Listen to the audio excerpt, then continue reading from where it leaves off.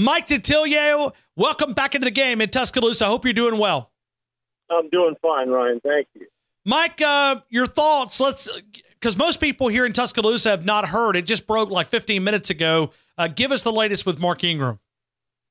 Well, Mark has been suspended by the NFL for the first 4 games of the 2018 season due to violating the substance abuse deal, PEDs. And, you never know today. You got to be real careful what you take it because that list of stuff you can take and can't take is lengthy.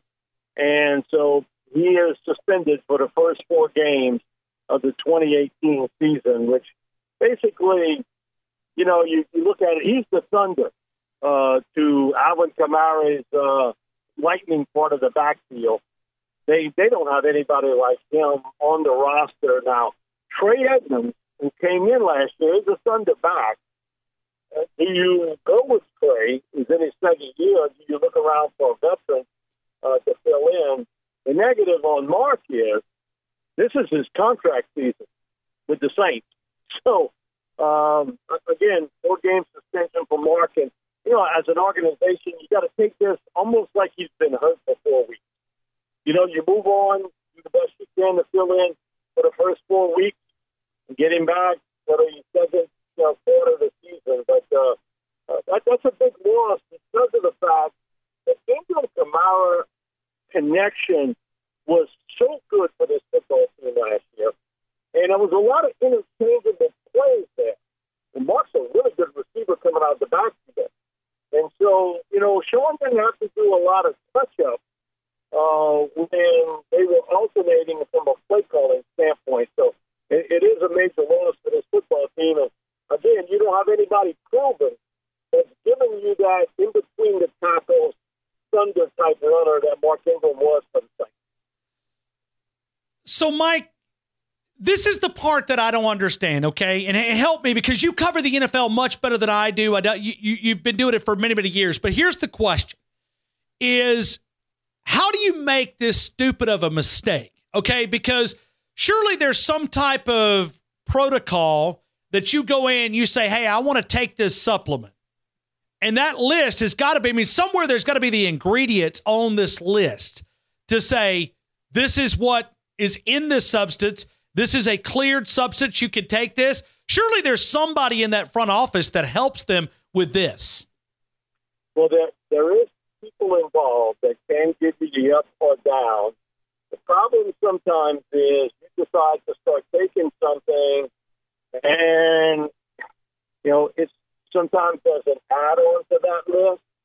Sometimes it's given for medication or if you have some ailment and you get caught up with it. Ryan, listen, it's happened before, and I've not heard Mark's explanation yet. Okay. So that part, I'm just answering off the top of my head. Right. But what I'm saying is there is protocol to go through this to find out exactly what you need to do.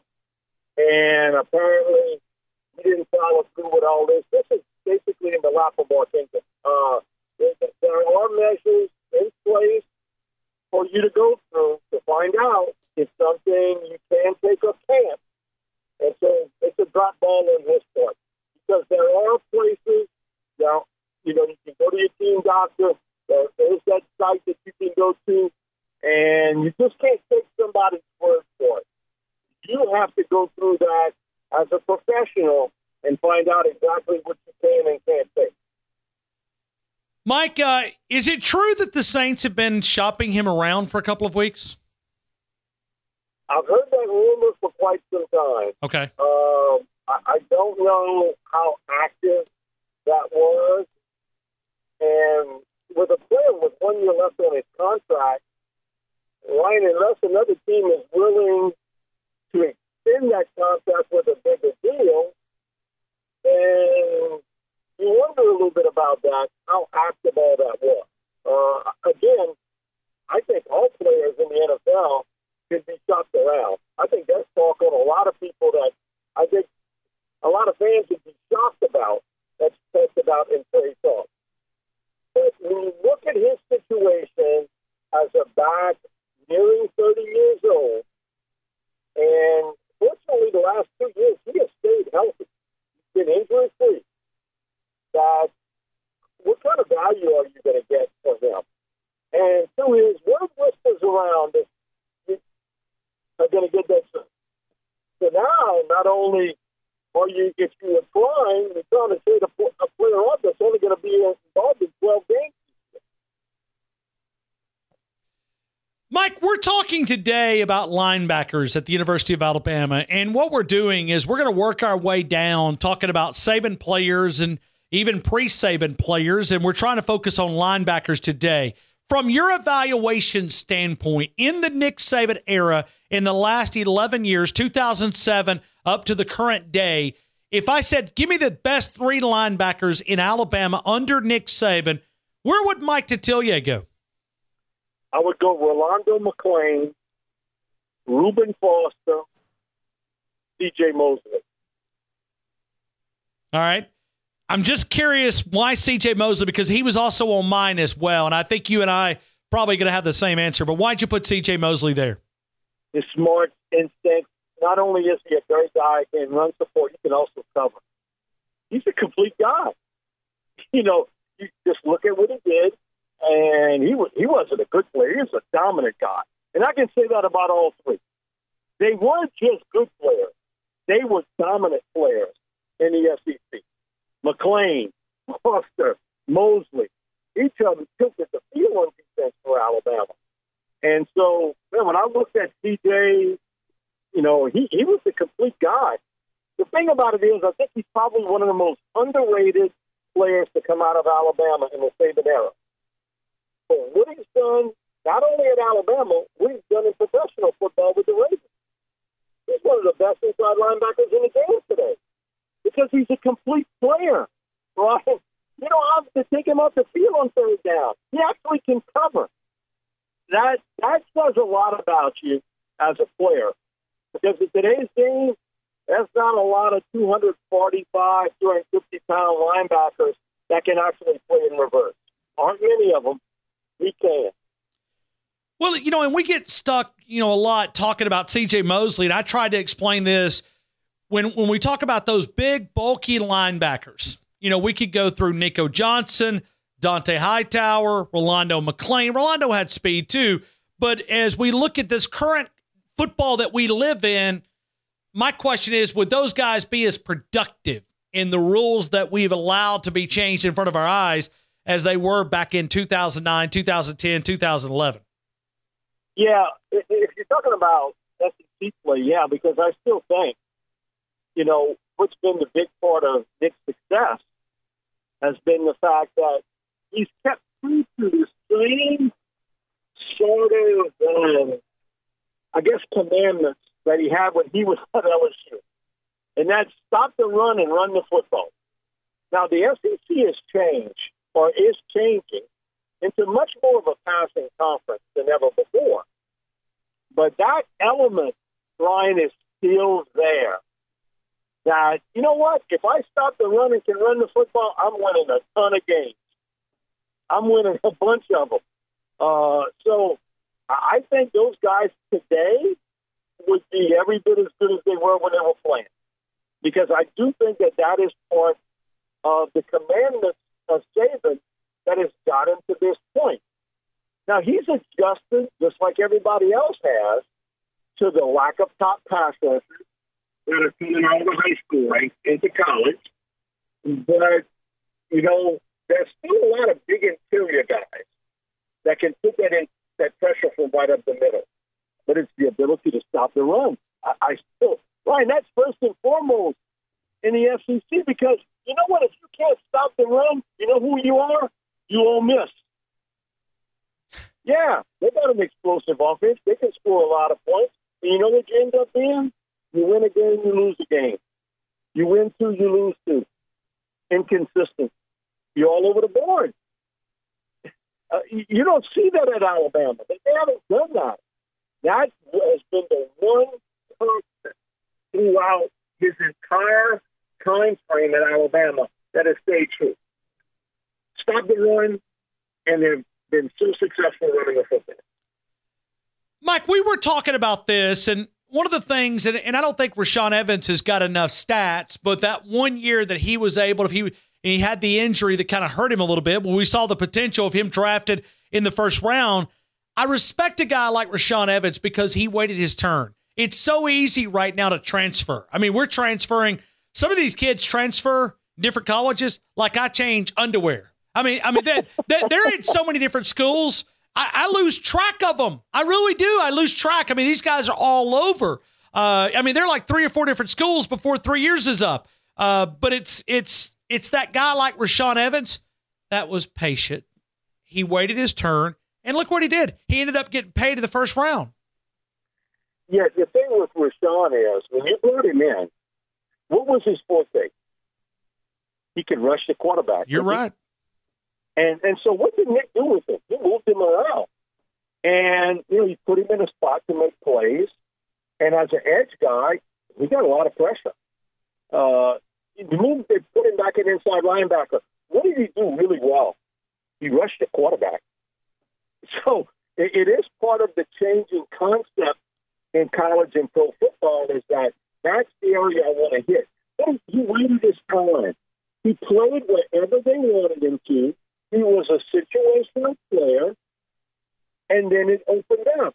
And you're right. There are a lot of guys like that. Sometimes in a spot, you want to move on. Only one guy can play it.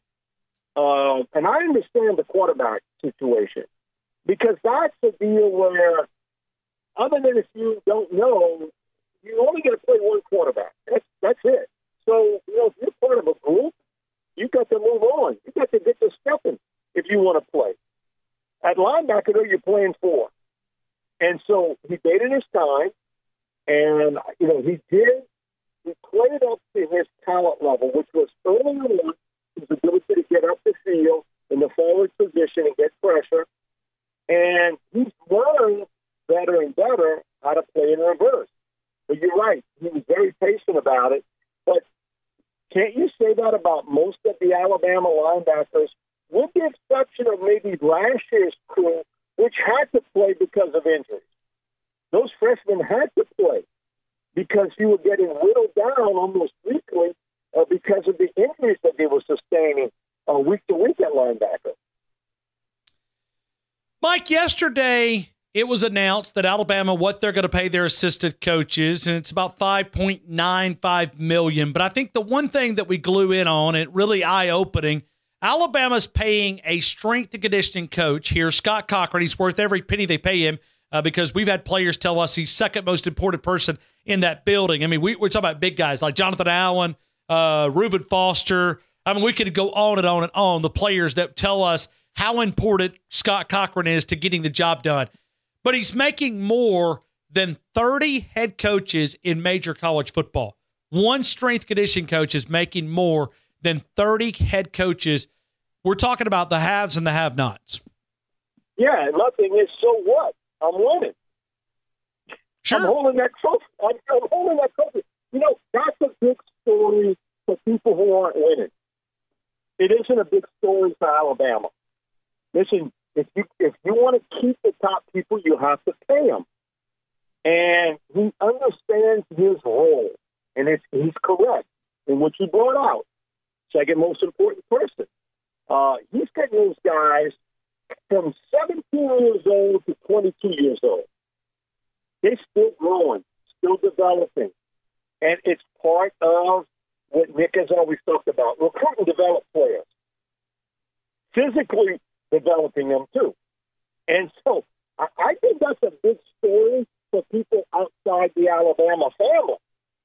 Shouldn't be for Alabama. You know what? My thing about it is, that's your problem if he's making more than 38 coaches in college football. My thing is, I brought him here to help me win and win big, and that's what he's done. So when you look at how the money is being thrown around college football, that doesn't surprise me one bit. That the coordinators are getting $1 million plus a year, that a sports coach is getting paid more than 30 assistants. My thing is, you know what? That's a big story with that when you're not winning. if you can't keep up with the Joneses, that's your issue. It's not Alabama. So, you gotta work within a budget at any school, and not everybody's financially having that money poured in like these SEC schools are. And I get it, but still, they're playing by the rules that's been set, and all this money coming in from TV, from every angle around. If it helps me win another championship, my thing is that big deal is your issue, not mine. Going to be a major topic of conversation, and the one thing that we have not asked you about is one of the things that will be facing college football that I think will be a big discussion coming up in Sandestin is all these tax incentives, this new tax law and the major impact that it has on college football. Because if you go down to LSU, if you go here to Tuscaloosa, if you go up to Knoxville, you've got major boosters that give mega money to get those wonderful seats. Well, you used to be able to write a lot of that off on your taxes. Going into next year, zero. You give $1,000, man, it better be out of the goodness of your heart, because you're not going to be able to write any of that off on your taxes. We're talking, we had Greg Byrne on a couple of weeks, the AD here at Alabama, and we're talking about financial impact. And there's teams like Alabama that is cautiously approaching this going, okay, we brought in about $150 million last year. Are we going to be able to count on the type of same revenue? And I think that we'll see that continue to further separate the haves and the have-nots. And this hit will be big for a lot of colleges around college football. Ryan, I think what you brought up is correct. Now you're seeing the separation grow even bigger between those Power 5 schools and everyone else. The kind of money that's rolling in, will that continue? I'll say for the most part, probably so. But, for some people, they may think secondly about that. They may give that another thought. So I think it's a touchy issue. It's one that we can speculate, but the one thing we can't speculate on, that's fact. It is going to put an even bigger divide between the haves and the have-nots in college football. And as long as you're winning, you can pass the collection plate, and you're going to get a lot of money put in. The problem's going to be is, what about putting in a lot of money and we're losing, and where's my say? Where's my part in this if I'm giving you all this money? What are you giving back to me? At some schools, that's going to be a major issue. It will be. No, it will be. And I don't know why it's not being discussed even more. Like, I've reached out to some national guys. They're like, oh, this is not a major topic of conversation. Just wait. They're in the wrong profession. It's something they don't want to talk about because they don't know. They don't have enough knowledge about it to understand the ramifications of this. And it's not short-term ramifications, it's long-term. Because everything's costing more in life. Even the average person gets that. So now that you won't be able to take off a lot of this anymore, or any of it, you don't think that's going to have some impact? Now, again, if you're winning, the impact is going to be less, much less. But what if you're not? Then you got major boosters that might think, secondly, about cutting you that check.